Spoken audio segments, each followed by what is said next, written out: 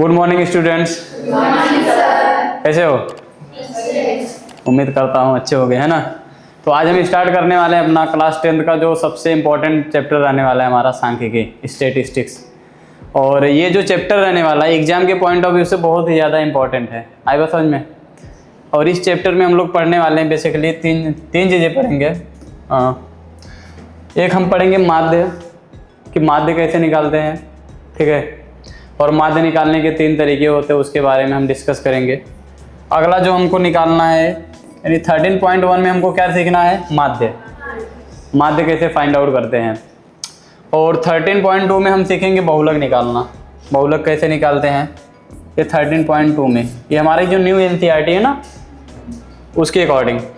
और 13.3 में जो हम लोगों को पढ़ना है वो पढ़ना है माध्यक, कि अगर कोई भी डाटा गिवन है तो उसका हम माध्यक कैसे फाइंड आउट करते हैं, आई बात समझ में। तो वो सीखने से पहले हम जान लेते हैं कि डाटा क्या होता है। आंकड़ा क्या होता है, कौन बताएगा?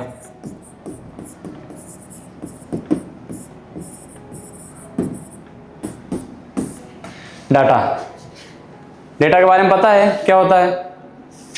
डेटा का मतलब होता है बेसिकली जानकारी। क्या होता है? जानकारी। वो किसी भी फील्ड के रिगार्डिंग हो सकता है, आई बात समझ में। जैसे आप लोग पढ़ रहे हो, आपका एग्जाम होगा तो सभी बच्चों के अलग अलग मार्क्स भी आएंगे, तो मार्क्स की जानकारी हो गया, आई बात समझ में।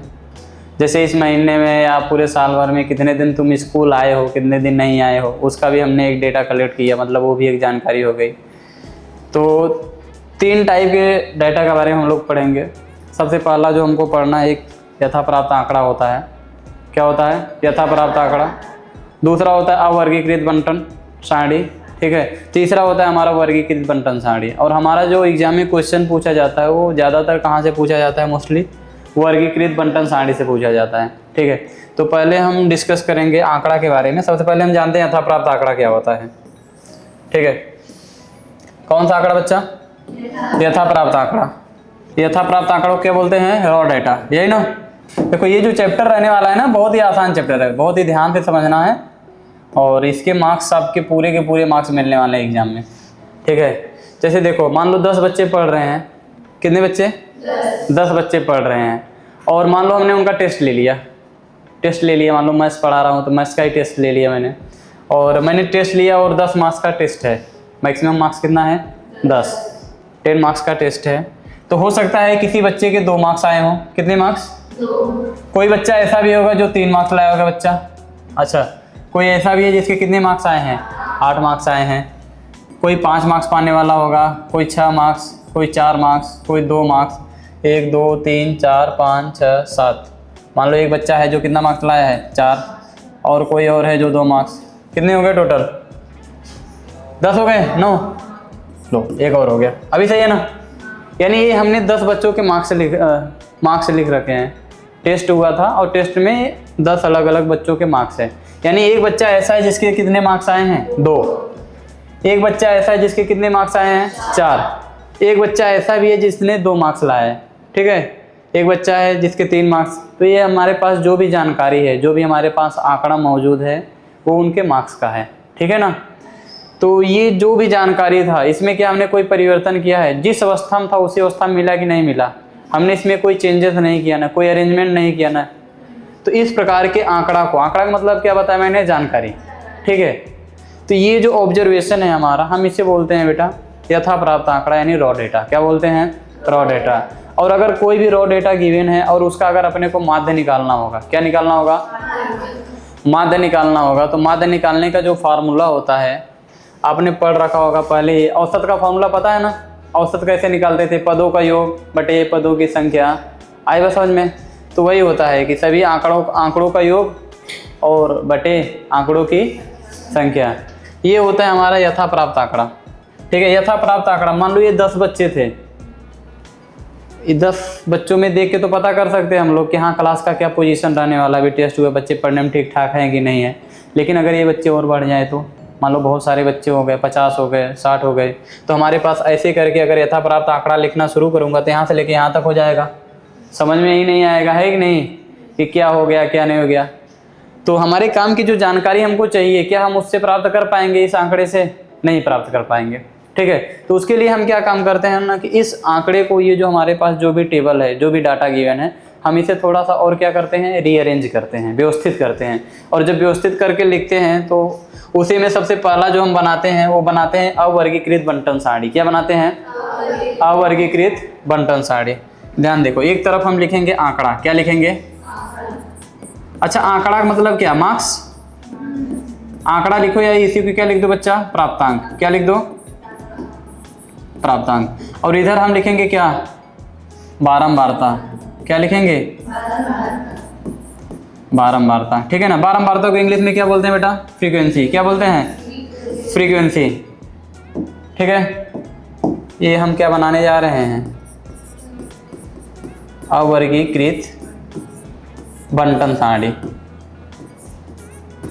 या इसी को अवर्गीकृत आंकड़ा भी बोलते हैं। ठीक है, अवर्गीकृत बंटन सारणी या अवर्गीकृत आंकड़ा, कुछ भी बोलो। देखो, जब हम किसी भी चीज को अरेंज करते हैं, व्यवस्थित करते हैं, तो एक क्रम में करते हैं। पहले सबसे छोटा, फिर उससे बड़ा, फिर उससे बड़ा। तो आप बताओ सबसे कम मार्क्स कितने? वो कौन सा बच्चा जिसका सबसे कम मार्क्स आया है? सबसे कम मार्क्स 2 है। कितना है? 2। तो सबसे कम मार्क्स 2 है। 2 मार्क्स पाने वाले ऐसे कितने बच्चे हैं? 10 में से ऐसे कितने बच्चे हैं जिनके 2 मार्क्स आए हैं? देखो, एक बच्चा ये रहा, एक ये रहा, और एक ये रहा। तो 3 बच्चे ऐसे हैं जिन्होंने टेस्ट में कितने मार्क्स लाए हैं? 2। तो हम बोलेंगे कि ये जो आंकड़ा है ना, 2 ऑब्जर्वेशन है। इस ऑब्जर्वेशन की बारंबारता कितनी है? 3। मतलब हमारे पास इस यथाप्राप्त आंकड़े में ये जो आंकड़ा 2 है ना, कितनी बार रिपीट हो रहा है? 3 बार। तो बारंबारता का मतलब समझ में आ गया क्या होता है कि कौन सा आंकड़ा कितनी बार रिपीट हो रहा है। कौन सा आंकड़ा कितनी बार रिपीट हो रहा है, वही उसकी क्या कहलाती है बच्चे? बारंबारता कहलाती है। क्या कहलाती है? बारंबारता। ठीक है ना। अच्छा, 2 के बाद अगला बताइएगा आंकड़ा क्या है? 3 है। ओके, हमने 3 को लिख दिया। तो अब बताओ 3 मार्क्स पाने वाले कितने नंबर ऑफ स्टूडेंट है? एक ही है। अच्छा, एक ही है ना। एक बच्चे के कितने मार्क्स आए हैं? 3। अच्छा, 3 के बाद 4 मार्क्स। तो 4 मार्क्स पाने वाले कितने नंबर ऑफ स्टूडेंट हैं?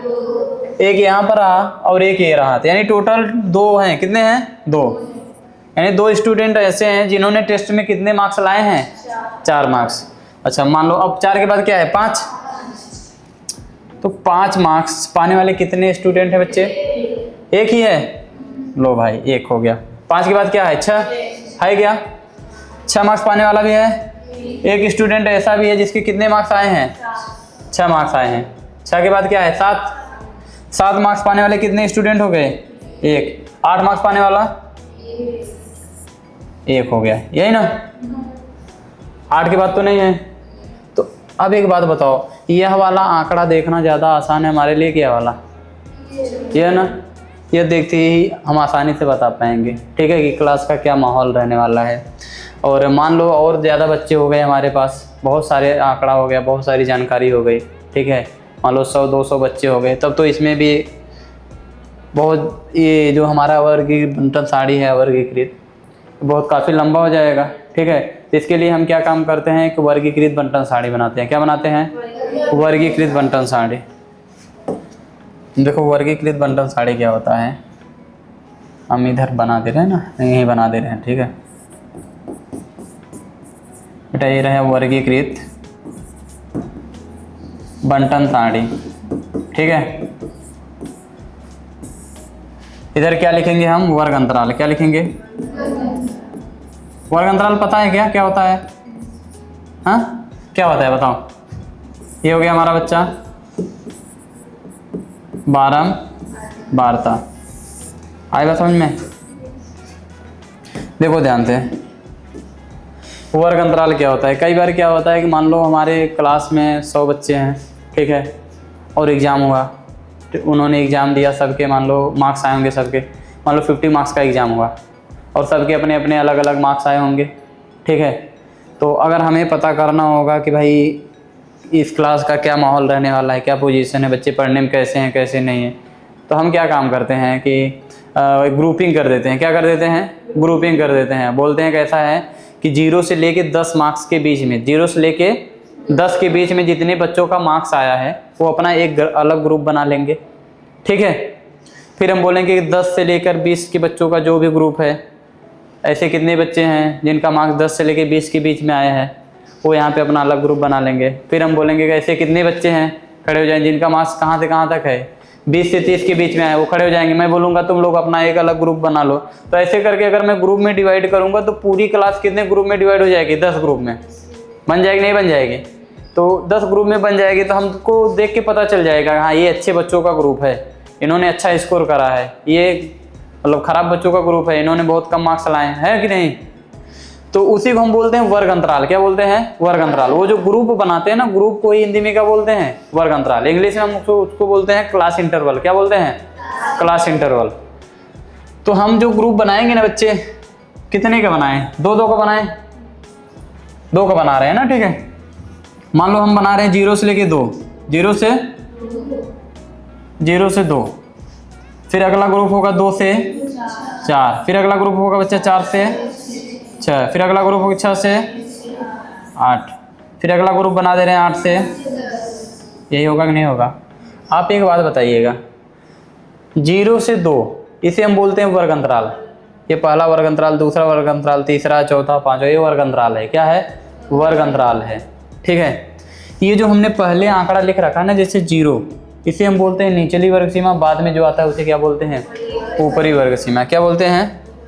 जैसे यहाँ से समझो बच्चा, ये हमने लिखा है ना 0 से 2, इसे हम क्या बोलते हैं? वर्ग अंतराल। क्या बोलते हैं? वर्ग अंतराल बोलते हैं। आएगा समझ में? ये जो है हमारा ना, जो नंबर पहले लिखा जाता है, हम इसे क्या बोलते हैं बच्चे?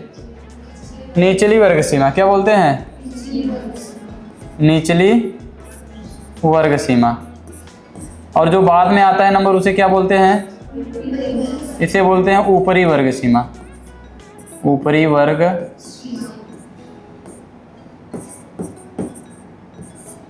सीमा, यानी हो गया हमारा लोअर लिमिट और हो गया अपर लिमिट, ठीक है। तो आप एक बात बताइएगा, 0 मार्क्स पाने वाला बच्चा इस ग्रुप में आएगा क्या? आएगा ना, इस वर्ग अंतराल में आएगा। 1 मार्क्स पाने वाला भी बच्चा आएगा, बिल्कुल आएगा। लेकिन बच्चे, क्या जिस बच्चे का 2 मार्क्स आया होगा, 2 मार्क्स पाने वाला बच्चा इस ग्रुप में आएगा कि इस ग्रुप में आएगा? क्योंकि 2 इसमें भी है, 2 इसमें भी है। तो जिस बच्चे का मार्क्स 2 आया होगा उसको हम इसमें नहीं रखेंगे, इसमें रखेंगे।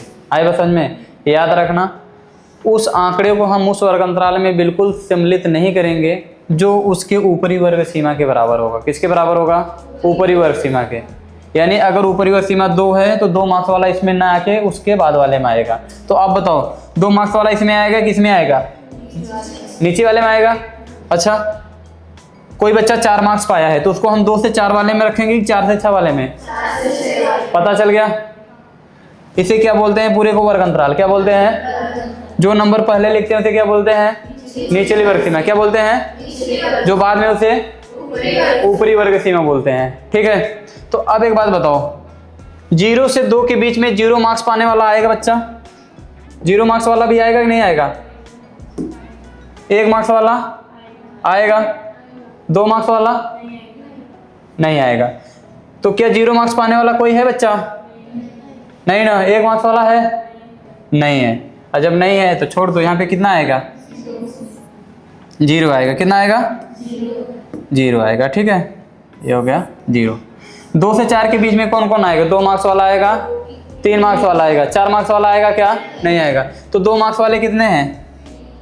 3 हैं। और 3 मार्क्स वाले कितने हैं? 1 है। तो 2 से 4 के बीच में टोटल कितने आएंगे? 4। अब ऐसे ही बताइएगा, 4 से 6 के बीच में 4 मार्क्स पाने वाला आएगा, 5 मार्क्स पाने वाला भी बच्चा आएगा उस ग्रुप में। लेकिन क्या 6 मार्क्स पाने वाला आएगा?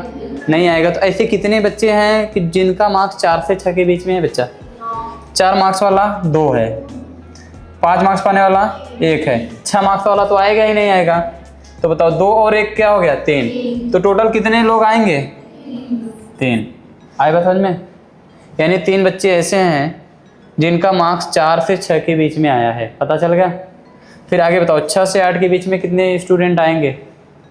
6 मार्क्स पाने वाला आएगा, 7 वाला आएगा, 8 वाला आएगा बच्चा? नहीं आएगा।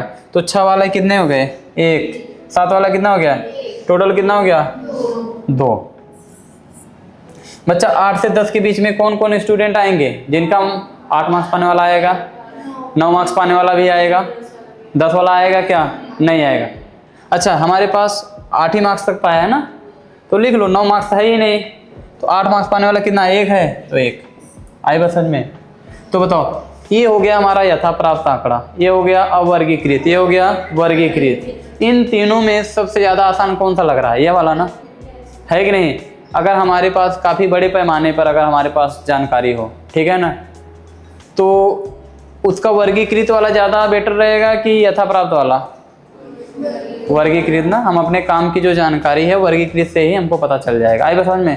तो ये 3 प्रकार के टेबल होते हैं अपने, एक होता है यथा प्राप्त, एक होता है अवर्गीकृत, अनग्रुप्ड फ्रीक्वेंसी डिस्ट्रीब्यूशन, या फिर हम इसको डिस्क्रीट फ्रीक्वेंसी डिस्ट्रीब्यूशन भी बोलते हैं। इसको बोलते हैं ग्रुप्ड फ्रीक्वेंसी डिस्ट्रीब्यूशन टेबल। आई बस समझ में। तो हमारा जो एग्जाम में आने वाला है बच्चे, जो हमको पूछेगा माध्य निकालने के लिए, बहुलक निकालने के लिए और माध्यक निकालने के लिए, ज़्यादातर हमें कौन से टेबल से पूछेगा? वर्गीकृत बंटन सारणी से। कौन से? वर्गीकृत बंटन सारणी से ही पूछेगा। आई बात समझ में। अब देखो इसमें हम पढ़ते हैं पहले कि जैसे वर्ग अंतराल हो गया, तो वर्ग अंतराल भी 2 प्रकार के होते हैं। कितने टाइप के? 2 टाइप के होते हैं। ध्यान से देखते हैं।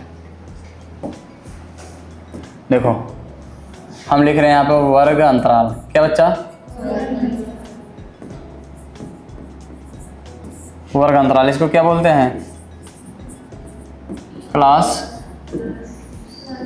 इंटरवल। ठीक है, ये 2 टाइप का होता है। एक होता है हमारा सतत, क्या होता है? सतत वर्ग अंतराल, और एक क्या होता है? असतत। ठीक है, एक्सक्लूसिव बोलते हैं, उसको बोलते हैं इंक्लूसिव। आए बस समझ में। इसे क्या बोलते हैं? एक्सक्लूसिव क्लास इंटरवल, और इसे क्या बोलते हैं? इंक्लूसिव। देखो बच्चा, एक्सक्लूसिव और इंक्लूसिव क्या होता है, सतत और असतत क्या होता है? जैसे हमने लिखा यहाँ पे 0 से 10, क्या लिखा? 10 से 20, 20 से 30, 30 से 40, 40 से क्या हो गया? 50। तो ये सब हमने क्या लिख रखा है? वर्ग अंतराल। क्या लिख रखा है? वर्ग अंतराल लिख रखा है। आए बस समझ में। ये जो नंबर हम जो आंकड़ा पहले लिखते हैं ना, जो नंबर पहले होता है, हम इसे बोलते हैं निचली वर्ग सीमा। क्या बोलते हैं? बाद में ऊपरी वर्ग सीमा। ठीक है, और यहाँ पर हम एक और वर्ग अंतराल तैयार कर रहे हैं। जैसे 0 से क्या हो गया? 10, फिर 11 से 20, फिर 21 से 30, 31 से 40, है ना बेटा, फिर 41 से 50। ऐसा हो गया। इन दोनों में देख के आपको कुछ डिफरेंस समझ में आ रहा है क्या? क्या क्या समझ में आ रहा है? हाँ, सतत में जहां से खत्म हो रहा है वहीं से शुरू हो रहा है। यानी जो भी आंकड़ा जो इसका ऊपरी वर्ग सीमा है वही नीचे वाले का निचली वर्ग सीमा एक नहीं है। यानी 0 से 10 पे खत्म हुआ तो 10 से ही स्टार्ट हो रहा है। कंटिन्यूटी बनी हुई है, बनी हुई नहीं हुई है? देखो ब्रेकडाउन तो नहीं आ रहा है ना। 10 फिर 10 से स्टार्ट हो रहा है, 10 से 20, 20 से 30, 30 यहाँ है, 30 यहाँ है, 40 यहाँ है तो 40 यहाँ है। तो इस प्रकार का जो भी हमारा वर्ग अंतराल होता है, जो भी हमारा क्लास इंटरवल होता है, उसे क्या बोलते हैं? सतत। क्या बोलते हैं? सतत बोलते हैं। और यहाँ पर आप देखो इसमें ब्रेकडाउन आ गया है। इसमें क्या है? कंटिन्यूटी बनी हुई है नहीं ना। ये 0 से 10 तक आ रहा है, लेकिन ये स्टार्ट कहाँ हो रहा है? 11 से 20, फिर 20 के बाद यहाँ 21 से स्टार्ट हो रहा है। यहाँ 30 से क्या? ये 30 से स्टार्ट हो रहा है? नहीं। यहाँ 40 से क्या? 40 से स्टार्ट हो रहा है? नहीं। तो इसे हम बोलते हैं असतत। क्या बोलते हैं? असतत। और हमको जो भी क्वेश्चन सॉल्व करना होगा हमेशा सतत होना चाहिए। कैसा होना चाहिए? सतत। अगर सतत नहीं है तो हम उसे सबसे पहले क्या बनाएंगे? सतत। असतत को सतत बनाएंगे, फिर हम जो भी निकालना होगा, माध्य निकालना होगा, माध्यक निकालना होगा, या फिर बहुलक निकालना होगा, हम निकालेंगे। आई बात समझ में। और वो निकालते कैसे हैं उसका तरीका सीख लो बच्चा। सबसे पहले हम क्या काम करते हैं ना, कोई भी 2 वर्ग अंतराल ले लो। कोई भी क्या ले लो? 2 वर्ग अंतराल ले लो। जैसे ये ले लिया हमने ना, ठीक है। तो इन 2 वर्ग अंतराल में क्या करो कि आप नीचे वाले की निचली वर्ग सीमा और ऊपर वाले का ऊपरी वर्ग सीमा, ये दिख रहा है वाला, ये इन दोनों का डिफरेंस ले लो। 11 - 10 कितना होता है? और जो भी आएगा उसको 2 से डिवाइड कर दो, कितना आएगा? 1। और 1 को 2 से आप डिवाइड करोगे तो 0.5 आएगा। कितना आएगा? 0.5। आपको करना क्या होता है बच्चा? कि जो भी हमारा असतत वाला होता है, ठीक है, निचली वर्ग सीमा में 0.5 माइनस कर दो। 0.5 क्या कर दो? माइनस कर दो। इन सब में 0.5 माइनस करना होगा, यानी माइनस 0.5 इसमें भी 0.5 माइनस, सभी में 0.5 क्या करोगे? माइनस करोगे। और इन सब में क्या करना होगा? 0.5 प्लस करना होगा। आई बात समझ में? प्लस 0.5 कर दोगे तो ये क्या बन जाएगा? हमारा सतत बन जाएगा। क्या बन जाएगा? सतत बन जाएगा। जैसे इसको बना के दिखा रहा हूं, देखो ध्यान से।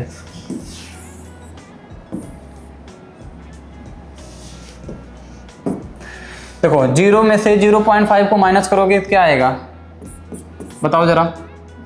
माइनस 0.5 आएगा बच्चा।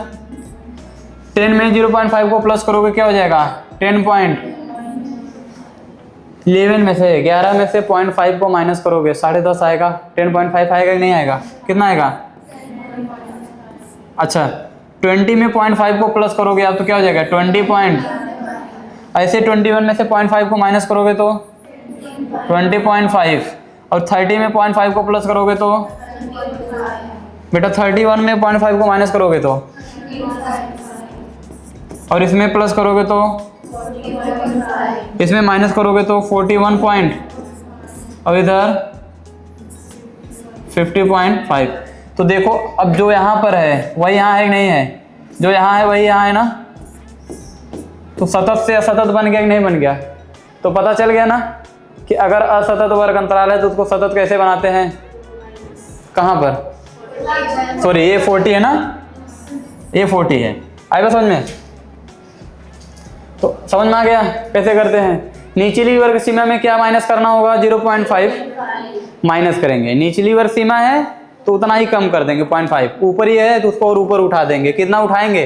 0.5, यानी 0.5 सब में क्या कर देंगे? प्लस कर देंगे। आई बात समझ में?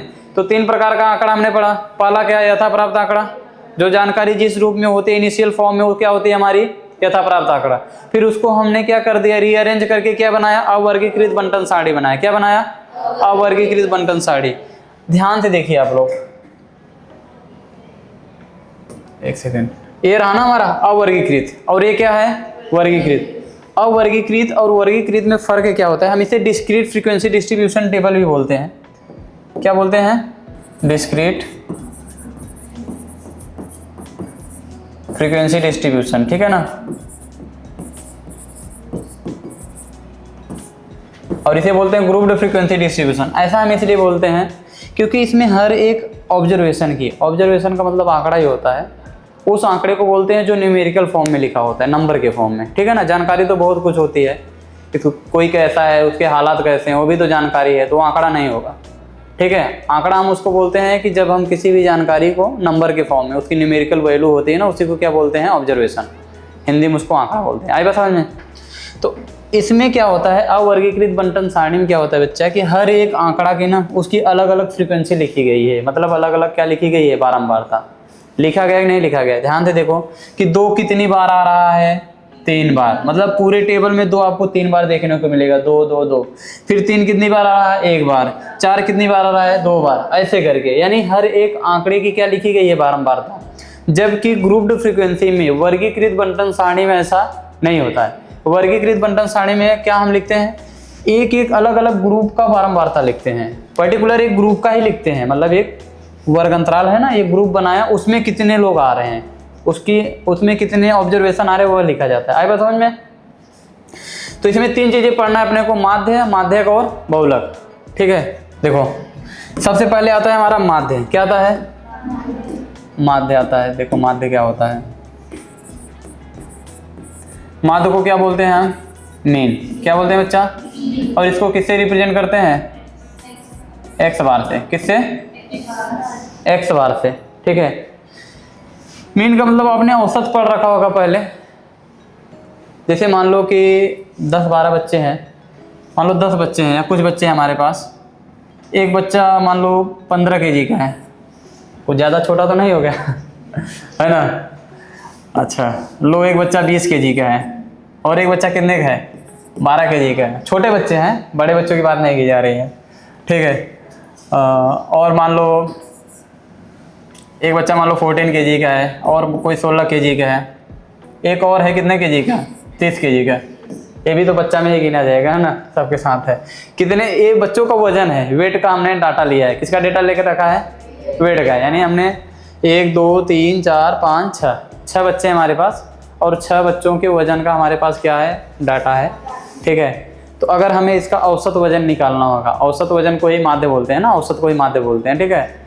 तो उसके लिए जो फॉर्मूला होता है, अगर कोई भी यथा प्राप्त आंकड़ा होता है ना, तो यथा प्राप्त आंकड़े का माध्य निकालने का जो फॉर्मूला होता है, माध्य को किससे लिखते हैं, अखबार से। फॉर्मूला होता है, क्या होता है बच्चा, आंकड़ों का योग बटे आंकड़ों की, ठीक है, आंकड़ों का आंकड़ों की संख्या। आई बात समझ में, या पदों का योग या प्रेक्षणों का योग बटे प्रेक्षणों की संख्या, कुछ भी बोल सकते हो, आंकड़ों की संख्या, ठीक है। अगर इतने बच्चे हैं, अगर पूछा जाए कि हर एक बच्चे का औसत वजन कितना होगा, तो हम कैसे पता करेंगे, ये फॉर्मूला पता है, जितने भी हमारे पास आंकड़ा है सबको जोड़ दो, प्लस करो, 15 + 20 + 12 + 14 + 16 + 30 डिवाइड बाय कितना, कितने आंकड़े हैं टोटल, 1 2 3 4 5 6 है ना बच्चा, लो हमने 6 से डिवाइड कर दिया। सबको प्लस करने आता है ना, प्लस करो जल्दी से, बताओ जरा कितना आएगा, प्लस करो, 15 और 20 35 हो गया, 35 और 30 हो गया 65, 65 और 30 हो गया 95, 95 और 10 हो गया 105 to 107 आ रहा है क्या, 107, प्लस करो, आ रहा है, वेरी गुड, बहुत जल्दी कर लिया यार। 107 डिवाइड बाय 6 से डिवाइड कर दो बेटा, जब 6 से डिवाइड करते हो तो कितना आता है, 17 का टेबल आता है ना, 17 6 102, यही होता है ना, कितना आएगा, डायरेक्ट काटोगे तो 17 आएगा।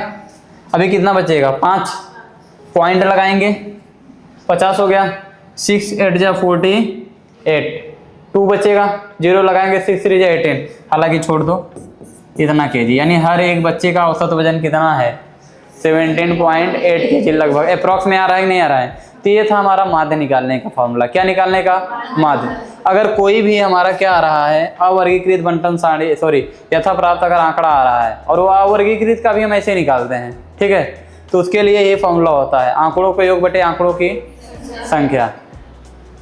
अब अगला जो हम सीखेंगे ना, मेन हमारा जो है 3 मेथड होता है माध्य निकालने का। वर्गीकृत बंटन सारणी का अगर माध्य निकालना है तो उसके 3 मेथड होते हैं। देखो माध्य निकालने का कितना तरीका होता है, फॉर्मूला 3 होता है, माध्य, मीन। सबसे पहला जो होता है उसे हम क्या बोलते हैं, बोलो, प्रत्यक्ष विधि। क्या बोलते हैं, क्या बोलते हैं,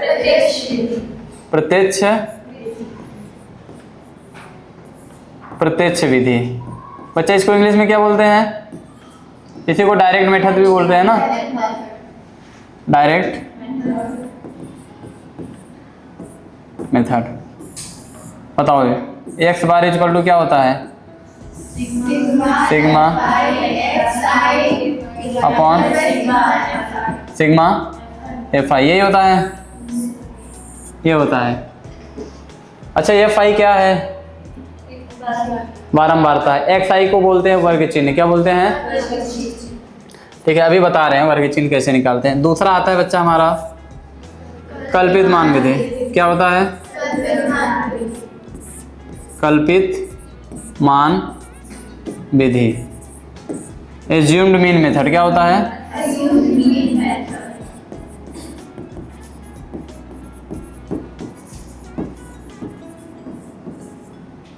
assumed mean method.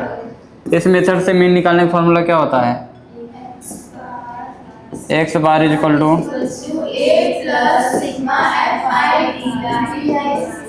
Upon sigma F I. आई बात समझ में, ये होता है हमारा एज्यूम्ड मीन, कल्पित मान विधि द्वारा माध्य निकालने का फॉर्मूला। अच्छा यहाँ पर डी आई भी देखने को मिल रहा होगा, बेटा डी आई जो हम निकालते हैं ना, डी आई इक्वल टू होता है एक्स आई माइनस ए। क्या होता है? D I equal to X I minus, ठीक है। और तीसरा जो हमारा मेथड होता है वो क्या होता है? पग विचलन विधि। क्या होता है तीसरा वाला? पग विचलन विधि। क्या बोलते हैं इसको? Step deviation method. आएगा समझ में? देखो इस मेथड से माध्य निकालने का formula X bar equal to होता है A plus sigma F I U I upon sigma F I into H. यही होता है हमारा फॉर्मूला तीसरे मेथड से। अच्छा, यहाँ पर यू आई भी है। तीन चीज़ें देखने को मिल रहा है, एक तो यू आई है, एक डी आई है, एच है, एक्स आई है, ठीक है। तो यहाँ पर यू आई बराबर क्या होता है मैं बता दूँ। यू आई बराबर होता है x I minus A upon H. X I minus A upon, ये तीन चीज़ें होती हैं। आए बस समझ में? तो पहला मेथड कौन सा है? डायरेक्ट मेथड, प्रत्यक्ष विधि। तो X bar equal to sigma F I X I upon sigma F I. Second होता है हमारा क्या होता है? कल्पित मान विधि, एज्यूम मीन मेथड। उस हिसाब से क्या होता है? उस फॉर्मूले से X bar equal to A plus sigma F I D I upon sigma F I. अच्छा, where D I equal to X I minus A. ये जो ए है ना, ए को हम एज्यूम्ड मीन बोलते हैं, कल्पित माध्य बोलते हैं। आई बात समझ में? और जो तीसरा फॉर्मूला है हमारा पग विचलन विधि, तीसरा जो मेथड है, यानी टोटल तीन तरीके हैं माध्य निकालने के। कोई भी अगर वर्गीकृत बंटन सारणी दिया गया है ना, तो तीन तरीके से हम लोग निकालते हैं। तीसरा है हमारा A plus sigma F I U I upon sigma F I into H, ठीक है। अब हम जान लेते हैं यहाँ पे एक्स आई और यू आई क्या होता है। एक्स आई को सबसे पहले बोलते हैं वर्ग चिन्ह। क्या बोलते हैं? वर्ग चिन्ह। और एच को बोलते हैं वर्ग माप। क्या बोलते हैं? देख लो, एक्स आई ना, पहले वर्ग चिन्ह देख लो क्या होता है। वर्ग चिन्ह, इसको बोलते हैं क्लास मार्क। क्या बोलते हैं बच्चा? ये इसको मिड वैल्यू भी बोलते हैं। क्लास मार्क कैसे बोलते हैं? देखो वर्ग चिन्ह निकालने का जो फॉर्मूला होता है ना, इसको हम एक्स आई से लिखते हैं। किससे लिखते हैं? एक्स आई बराबर होता है निचली वर्ग सीमा। क्या होता है? निचली, बोलो, वर्ग सीमा प्लस ऊपरी वर्ग सीमा डिवाइड बाय, ये होता है वर्ग चिन्ह निकालने का फॉर्मूला। क्या निकालने का फॉर्मूला बच्चा? तो वर्ग चिन्ह कैसे निकालते हैं? निचली वर्ग सीमा प्लस ऊपरी वर्ग सीमा डिवाइड बाय 2, ठीक है। और उसके बाद आता है हमारा वर्ग माप। क्या आता है? वर्ग माप। वर्ग माप को हम बोलते हैं क्लास साइज। क्या बोलते हैं? इसको किससे लिखते हैं? एच से। किससे लिखते हैं? वो कैसे आता है? मतलब कितने का गैप है ना, वर्ग अंतराल जो हम लोग लिखते थे, जैसे 10 से 20 हो गया तो उसके बीच में कितने का गैप है? 10 का ना, तो वह उसका क्या होगा? वर्ग माप होगा। तो ऊपरी वर्ग सीमा में से किसको माइनस करेंगे बच्चा? ऊपरी वर्ग सीमा माइनस निचली वर्ग सीमा। पता चला?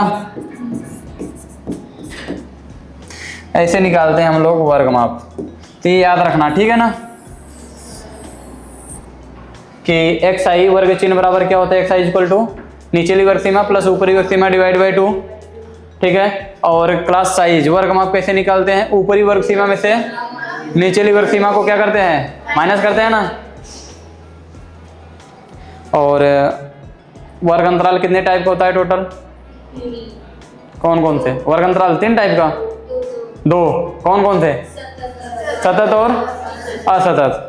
सतत में क्या होता है? ऊपरी वर्ग सीमा जहां से खत्म होता है वहीं से नीचे वाले के निचली वर्ग सीमा, यही ना। और क्या होता है दूसरा? असतत। असतत को सतत बनाने के लिए क्या करेंगे हम? अच्छा, जितना भी निचली वर्ग सीमा होगा सब में 0.5 क्या करेंगे? माइनस करेंगे। और जितना भी ऊपरी वर्ग सीमा होगा सब में हम क्या प्लस करते जाएंगे? 0.5 प्लस करते जाएंगे, हमारा बन जाएगा, ठीक है। तो ये था हमारा आज का बेसिक सांख्यिकी का, ये सब बेसिक था। अब इसके बाद हम जो कराने वाले हैं अपने एनसीईआरटी के क्वेश्चंस कराएंगे हम, ठीक है। तो आज के लिए इतना ही।